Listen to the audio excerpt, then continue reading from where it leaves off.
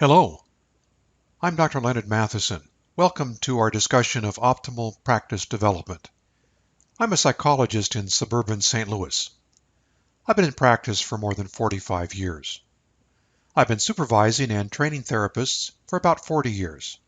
I'm here today to help private practice therapists do optimal practice development. Optimal practice development means that you develop a practice that fits who you are. You seek and accept clients that meet your skills and interests. I can count on the fingers of one hand the number of days I've not wanted to go to work. I really enjoy what I do because I accept clients that match my abilities. I am intentional about my practice mix.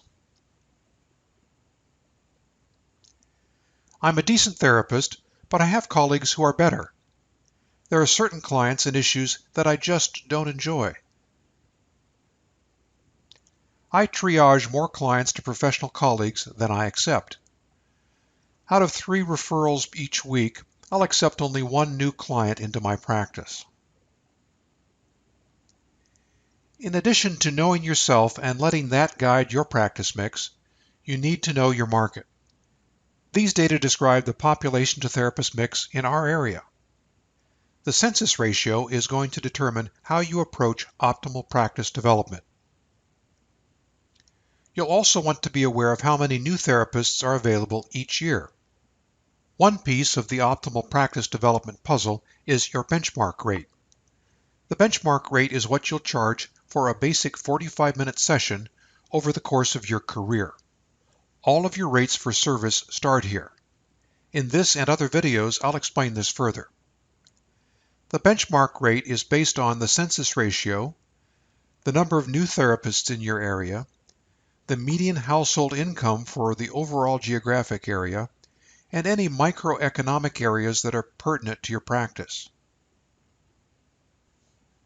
For our area in 2016, the census ratio is about 360, and there are about 250 new therapists. In St. Louis County, the regional household income is about $60,000. Microeconomics are very important for us. In neighboring St. Charles County, household income is about 20% higher. St. Louis also has 3 of the top 25 household income communities in the U.S.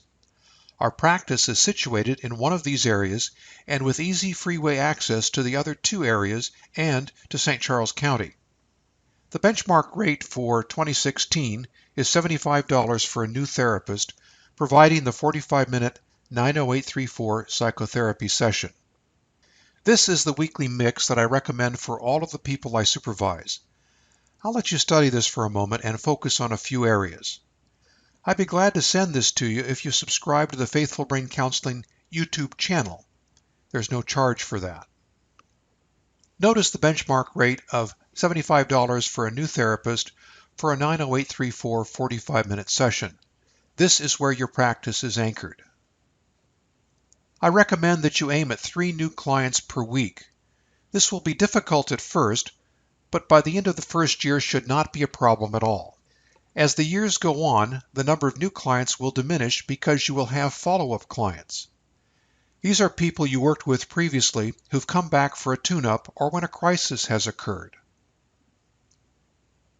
This is an example of a practice mix that will allow you to carry a full caseload without burning out. This is not my practice mix, it's just an example. It's all up to you and the kinds of clients you want to work with. The most important issue is not to have only difficult clients. New therapists have a tendency to provide services to very traumatized people with chronic conditions that nobody else has been able to help. While I admire the enthusiasm, it's just not a good idea. Now, I'm a Christian counselor, as are the people I supervise. For many reasons, it's important to make space for pro bono clients in our practices. I'll go into the reasons for this in other videos. It's also important to have a sliding scale, and you can go down to a 90832 half-hour session for $50. For many reasons, it's important to do both. Depending on the established client's needs, You can do a 90837 60-minute session for $100. I want to emphasize that you can only do this if you've established the 90834 as a 45-minute session for $75. Many new counselors get sloppy about allowing a 50-minute session to morph into a full hour. The 50-minute session has been gone from the CPT codes for years. We need to be intentional about the difference between a 45-minute session and a 60-minute session. I'll be glad to talk about this in other videos if you'd like. If we're careful about how we spend our time, we can be generous with it when needed.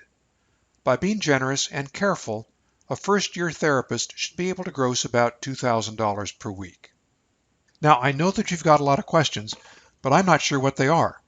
Drop us a note at faithfulbrain.com and I'll be glad to provide answers. We're posting one new video lesson each week, so subscribe to this YouTube channel. Before we go, one question that everyone has is, how do I get 3 new referrals per week in my first year of practice? A very effective strategy is to provide brain restorative sleep services. This is a faith-based approach to cognitive behavioral therapy for insomnia.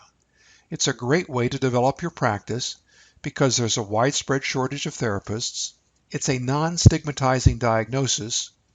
It produces a male-female balance in your practice.